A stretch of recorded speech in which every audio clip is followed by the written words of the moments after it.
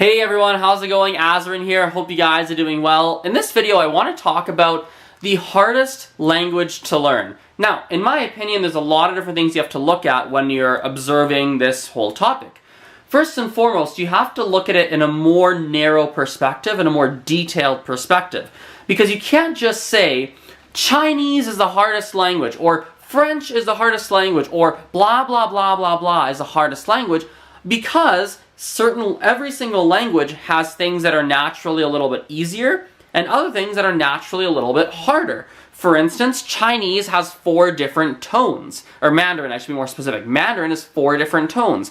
Cantonese has, I think, 8 or 9 different tones. So naturally, Cantonese, when it comes to pronunciation, that's probably going to be more challenging, and there's more to actually wrap your head around than there would be if you're just learning Mandarin. Or if you're learning French, there's 0 tones, meaning if you're going to learn French, you're going to learn Chinese, there's less for you to process when you're learning French when it comes to tones. Now, when you're learning French, there's other things you have to deal with that you don't have to deal with in Chinese. In French, you have to deal with nasal vowels, right? Chinese doesn't have nasal vowels. So that's an extra element that if you're learning French, you have to worry about. So you have to look at every single element of every single language to go, okay, you know, this language has blah, blah, blah, blah, blah that's easy and blah, blah, blah, blah, blah that's hard. Wow, but that language has this stuff that's easy and this stuff that's hard, right? So that's something you have to really look at. You have to look at it in a very narrow perspective, a very detailed perspective. You have to really analyze the language.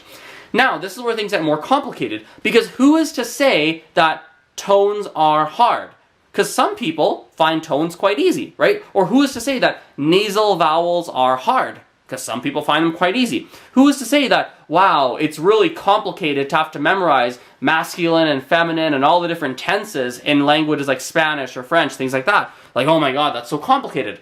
But other people don't find it that complicated. So it's also very subjective based on the individual you're talking to, because some people are just going to find some things easy and they're going to find some things hard. It's just common sense, right? Especially when you look at different backgrounds. If your first language, for instance, is, let's say, Portuguese, and then you go to learn Spanish, that's probably going to be a relatively easier process than if you were to go and learn something like Korean, because Korean and Portuguese are a heck of a lot less similar than Spanish and Portuguese. Does that make sense? And, you know, another thing to look at as well, similar topic, is things like, what kind of languages are you surrounded by? For example, if you live in the United States, you might be surrounded by a lot of people who speak Spanish. And so even if you don't speak Spanish, you've probably heard Spanish growing up just on the streets, maybe something on TV, maybe you had a friend who was from Mexico or who spoke Spanish with their family. And so somewhere in the back of your mind, even though you haven't actually studied Spanish, your brain is actually semi-prepared and has some sort of a base, at least, to what this language sounds like, because you've just sort of heard it around as you've been growing up. And so that's something to look at as well, because if you had some exposure, you know, the elements of that language is going to be easier for you, meaning other languages that have those elements might be easier for you as well. So if you were to go and learn, like, French, and you were surrounded by Spanish for a long time, you might be like, wow, French is not that hard. I don't know why. It's actually relatively simple. It kind of just sort of makes sense. I don't know why.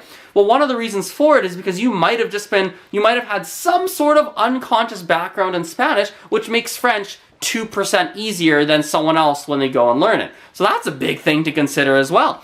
Also, you have to look at unlanguage related factors. For example, you have to look at how good is someone's listening ability in general, right? Like my mom, she really struggles when it comes to like hearing and being able to pronounce different sounds that are not in Gujarati or English, right? It's just something that becomes a little bit more difficult for her. And so when we do I was walking my mom through tones in Mandarin the other day, and she found that incredibly, incredibly, incredibly difficult, because she doesn't have a natural strength of hearing a sound, dissecting it, and going, oh, that sound is a first tone, or that sound is doing this. Like, she doesn't have that natural skill set, right? Which is why music is hard for her as well, actually.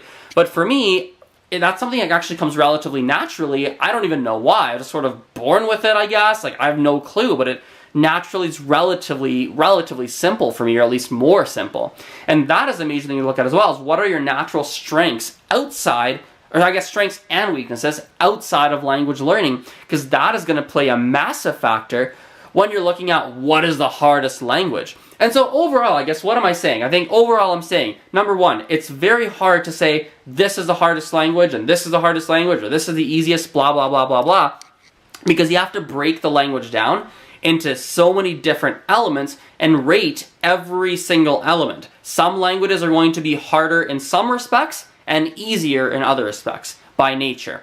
So that's number one. You have to break down every single element. But number two, you then have to compare that element per individual to see that, okay, does the pronunciation of this language for this individual, how hard is that going to be? Because it's going to be so different for every single person, depending on such a wide variety of factors. So, hope you guys liked the video, and I will talk to you guys later. Bye for now.